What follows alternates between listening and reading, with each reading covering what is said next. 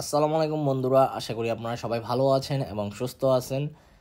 ইন্দু R15M বাইকটির দাম কত সেটা আজকের ভিডিওতে বলবো। আপনারা দেখতে পারতেছেন একটা ইন্দু সিলভার কালার R15M, আরেকটা হচ্ছে ইন্দোনেশিয়ান ব্ল্যাক কালার R15M।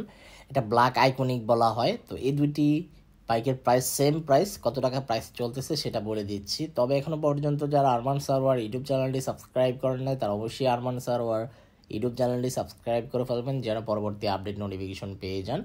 বন্ধুরা, বর্তমানে কিন্তু ব্যাপক চাহিদা ফেলেছে আপনার Indonesian R15M black iconic colour বাইকটি। মানে এই বাইকটির কালার অসাধারণ একটি গ্রাফিক্স করা হয়েছে। এই অসাধারণ গ্রাফিক্স বাইকটির বর্তমান প্রাইস কত চলতেছে সেটাই আমি বলে দিচ্ছি। তবে প্রাইসটা বলার আগে একটা কথা আমি বলি, বাইকের প্রাইস জানবেন, অবশ্যই জানবেন। কেন না, কারণ আপনি বাইক ক্রয় করবেন অবশ্যই তো প্রাইস জেনেই ক্রয় করবেন।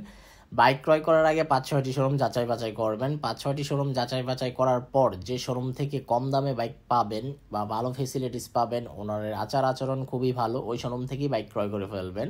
তবে বর্তমানে প্রাইস চলতেছে 7,05,000 টাকা আস্কিং প্রাইস। কত টাকা আস্কিং প্রাইস চলতেছে? 7,05,000 টাকা asking price Indonesian R15M black iconic এবং সিলভার কালার বাইকটি। তো বুঝতেই পারতেছেন বাইকের প্রাইস কেমনটা বৃদ্ধি পেয়েছে। তবে বাইক ক্রয় করার আগে আপনার অবশ্যই চারদিকে ঘুরে ফিরে দেখবেন যে বাইকের মধ্যে কোনো প্রকার দাগ আছে কি না। যদি দাগ থাকে তাহলে পরবর্তীতে আরেকটা চেঞ্জ করে অন্য আরেকটা প্যাকেট আনবক্সিং করে তারপর বাইক ক্রয় করবেন। বাইক প্যাকেজিং বলতে আমি বুঝাইছি মানে পলিটলি খুলে দেখে শুনে তারপর বাইক ক্রয় করবেন। তো এই ছিল ইন্দোনেশিয়ান R15M ব্ল্যাক কালার এবং সিলভার কালার বাইকটি সম্পর্কে আপডেট ইনফরমেশন। আই হোপ আজকের ভিডিওটি আপনাদের ভালো লাগছে। যদি আজকের ভিডিওটি ভালো লেগে থাকে তাহলে অবশ্যই লাইক বাটনে লাইক দিয়ে দিবেন। দেখা হবে ইনশাল্লাহ পরবর্তী ভিডিওতে এবং আল্লাহ হাফেজ।